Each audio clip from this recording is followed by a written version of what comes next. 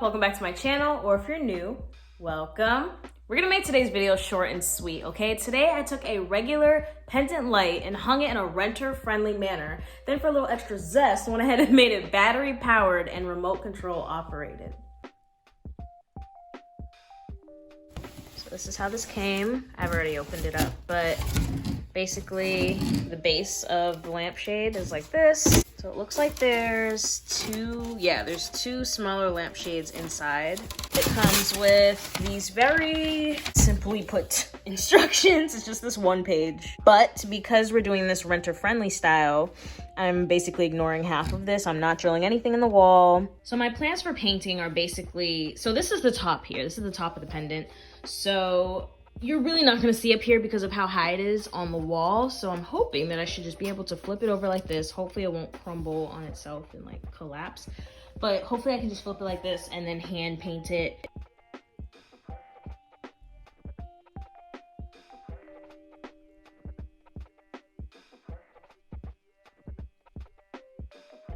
So I spray painted this as well. It's been a day, so it should be dry now. So I basically just fed this through the hole.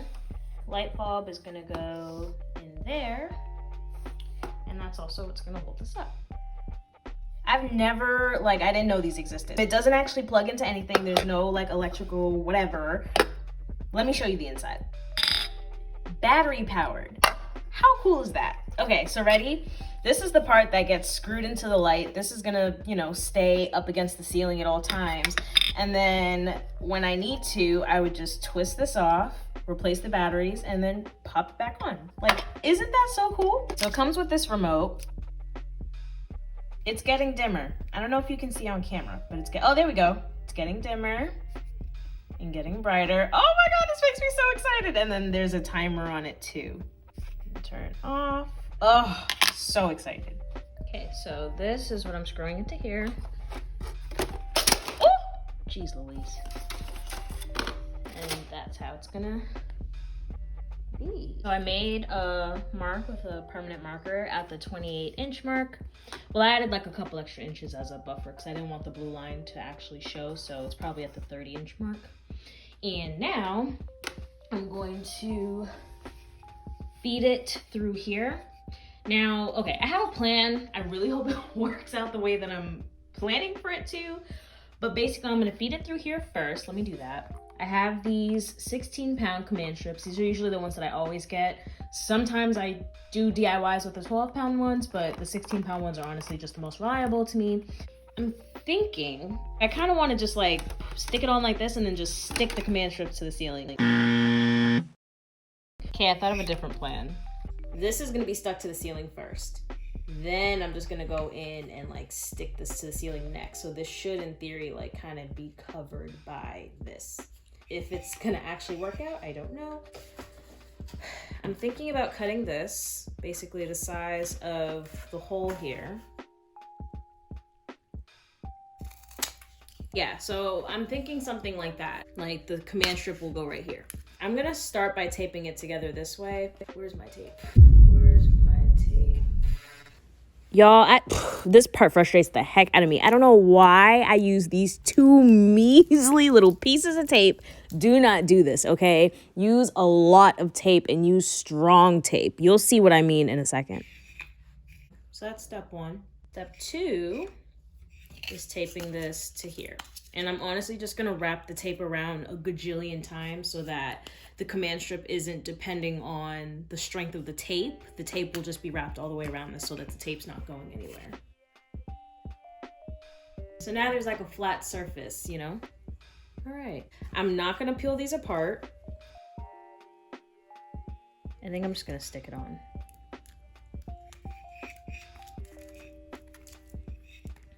All right. I'm just gonna make sure I press this in. You're supposed to press for I don't know, 30 seconds or something. So now I'm gonna stick them together. I don't know how best to do this. I'm making sure not to touch this part. And see, this is what's stressing me out because the the spray paint is getting on it, which means it's gonna slightly mess up the integrity of the stick. And because of that, that's why I didn't want to rely on the command strip sticking onto this and this being what holds up the lamp. That's why I'm like going off this instead. If this doesn't want to stick to the ceiling, I feel like it'll be a lot easier to find a way to get this to stick to the ceiling versus the lamp. So the lamp hanging off of this, so yeah. Pop it in. The small corners that are actually on the rim, I'm sticking it down onto the rim. I think this should work. I'm gonna cut this off because this isn't adhesive, it's just sticking out and it's ugly.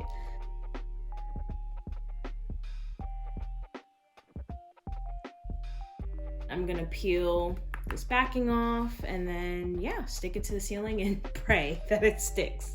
I got rubbing alcohol and paper towel because the one thing you do not want to mess with is sticking command strips to something that is dusty or dirty, because it won't stick. And I'm gonna be really sad if my light came crashing to the ground in the middle of the night.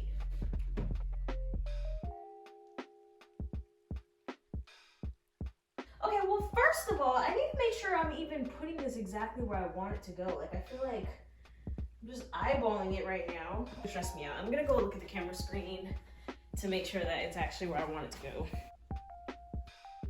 Okay, did it.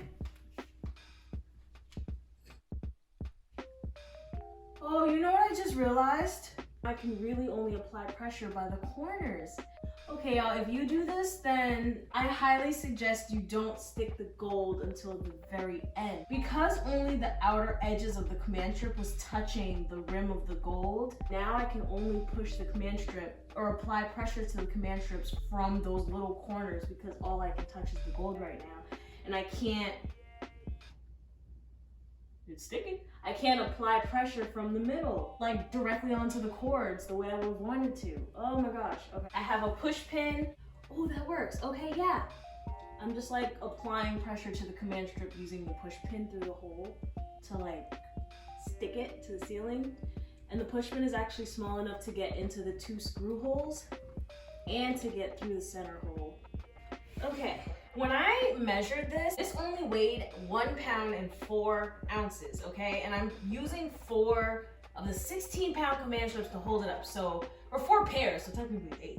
But complete overkill, and that's fine by me, because again, I don't want to hear a big old boom, crack, kabow in the middle of the damn night, stressing me out. So, I think it's good. We're gonna test this out with the remote now.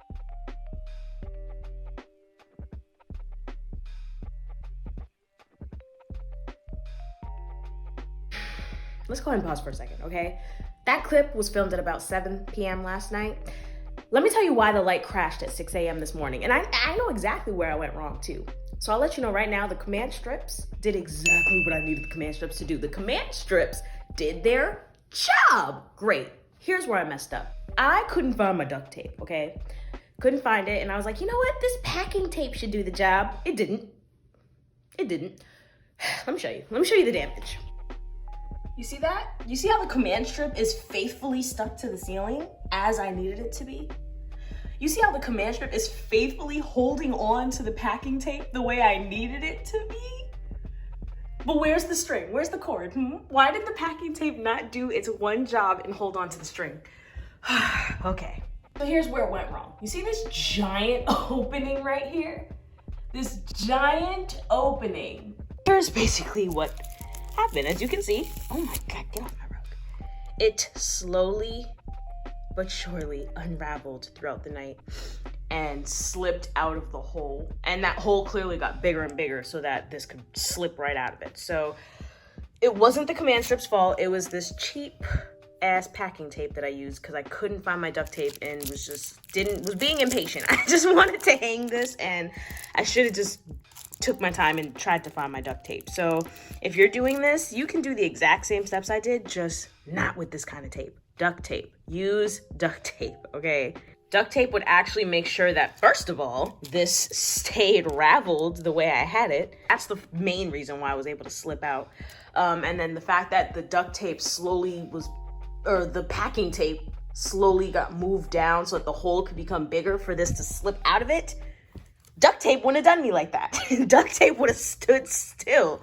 Like, come on. All right, I'm annoyed. So just, you can do the exact same steps, just don't use this flimsy trash tape. Use duct tape. Scotch. Gorilla Glue duct tape. Whatever, but use duct tape. So now there are two ways that I could fix this. One is a little cheaper. Actually, honestly, I don't know if it's cheaper than the other. They're both probably the same price. So the two options is to either one, take apart the command strips, leave those 4 strips that are stuck to the ceiling and just kind of peel off the bottom 4 and just start over with duct tape. Or, I don't really want to do that step because command strips are kind of pricey, okay? So what I ended up doing instead is I bought that like heavy duty double-sided mounting tape. My plan is to re-ravel it and then stick it back on with the double-sided mounting tape. It's heavy duty and it's supposed to hold 18 pounds. So that should fix it. We'll see. This is the double-sided tape that I got.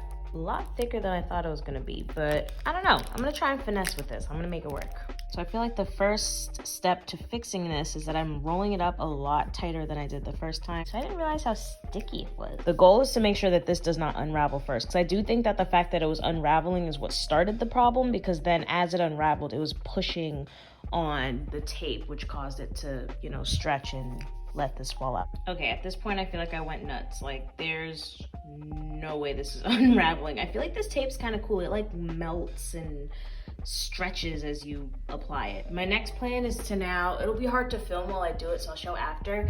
I'm gonna take this little piece right here, this circle, and shove it back in there, and then I'm gonna take a big piece of the masking tape and seal up that hole.